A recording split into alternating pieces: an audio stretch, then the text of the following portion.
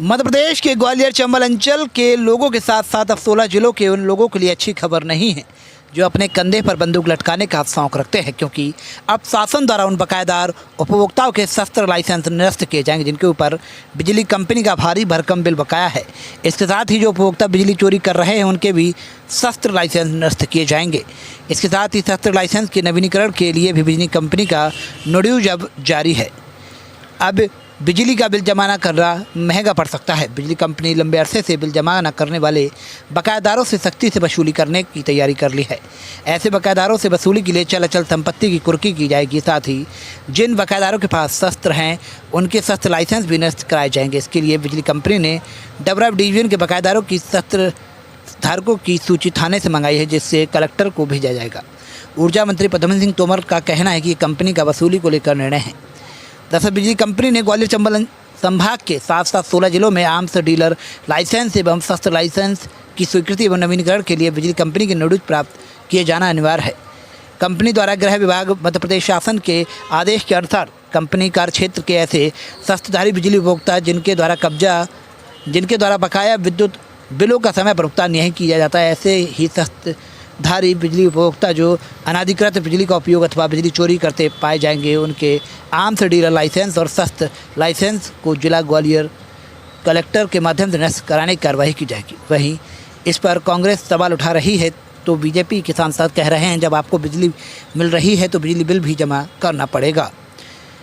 वहीं ग्वालियर रीजन के 8 जिलों पर 2266 करोड़ रुपए का राजस्व बकाया है। इनमें से कंपनी वित्तीय वर्ष समाप्त होने तक करीब 442 करोड़ राजस्व वसूली पाई। ग्वालियर रीजन में ग्वालियर, दतिया, मुरैना, भिंड, गुना, अशोकनगर, शिवपुरी, श्योपुर जिले आते हैं। राजस्व वसूली में कोई भी जिला लक्ष्य के सापेक्ष वसूली नहीं कर पाया। कई जिलों तो लक्ष्य से काफ़ी दूर रहे हैं। अशोकनगर, दतिया और श्योपुर जिले की स्थिति काफ़ी खराब रही है। बहरहाल मध्य प्रदेश विद्युत वितरण कंपनी ने प्रदेश के 16 जिलों के कलेक्टरों के माध्यम से कार्रवाई किए जाने के साथ ही कंपनी के मैदानी कार्यालयों को बकाया बिल जमा नहीं करने वाले अनाधिकृत बिजली का उपयोग एवं बिजली चोरी में लिप्त पाए जाने वाले शस्त्रधारी बिजली उपभोक्ताओं को चिन्हित कर कार्रवाई करने के निर्देश भी जारी किया है। तो बिजली का हम जब पूरा भरपूर उपयोग कर रहे हैं, चाहे किसान हों चाहे हमारे उपभोक्ता हों, तो समय पे हमें बिल देने की भी हमारे अंदर आदत होना चाहिए, क्योंकि जब हम बिल नहीं देंगे तो हमें बिजली कैसे मिलेगी। आपने 2003 के पहले के भी मध्य प्रदेश को देखा होगा। लेकिन क्या वसूली बंदूक के लाइसेंस निरस्त करने से हो सकती है? देखिए, मैं ऐसा मानता हूँ कि प्रयोग अगर विभाग कोई प्रयोग नया कर रहा है तो निश्चित रूप से इसको देखते हुए करना चाहिए कि किसी को कोई परेशानी नहीं आए। बिल भी मैं आपके माध्यम से किसान भाइयों से, उपभोक्ता भाइयों से भी प्रार्थना करूंगा कि बिजली का बिल वो समय पर जमा करें, इसलिए बिजली का भरपूर उपयोग करें। सर, एक और किसको लेकर भी अब नया रूल्स लागू करने जा रहे हैं कि नो ड्यूज होने। ये शस्त्र लाइसेंस पहले भी नो ड्यूज होते थे, अब कुछ विभाग बढ़ गए हैं, उन विभागों से नो ड्यूज लेना पड़ेगा। नो ड्यूज लेने के बाद ही शस्त्र लाइसेंस बनेगी। बिल वसूली के लिए भी इस तरह का किया जाएगा। बिजली विभाग के लिए कंपनियां अपने स्तर पर काम कर रही हैं, वो करेंगे।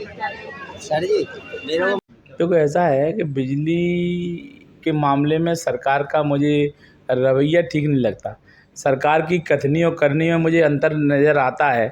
हम कहते थे भारतीय जनता पार्टी के बारे में, इनकी कथनी और करनी में अंतर है, इनके मुंह में राम और बगल में छुरी है। इस प्रकार का काम कर रहे हैं। एक तरफ जनता से जब वोट का मामला आता है, सरकार के लिए बनाने की बात आती है, चाहे लोकसभा हो चाहे विधानसभा हो, तब बिलों को स्थगित करने का काम हो, चाहे बिलों को माफ़ करने का झूठा वादा जनता के बीच में करा हो, जैसे ही चुनाव निकल जाते हैं उन बिलों को दोबारा थोपकर उनमें पेनल्टी लगाकर जनता से वसूल किया जा रहा है।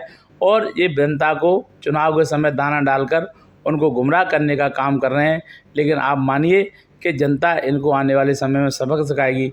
बिजली के मामले में जिस प्रकार से इन्होंने ये कार्रवाई की है कि अब हमारा गरीब आदमी हो, चाहे किसान हो, चाहे मजदूर हो, अगर लाइसेंस बनवाएगा तो उसको एनओसी की आवश्यकता रहेगी।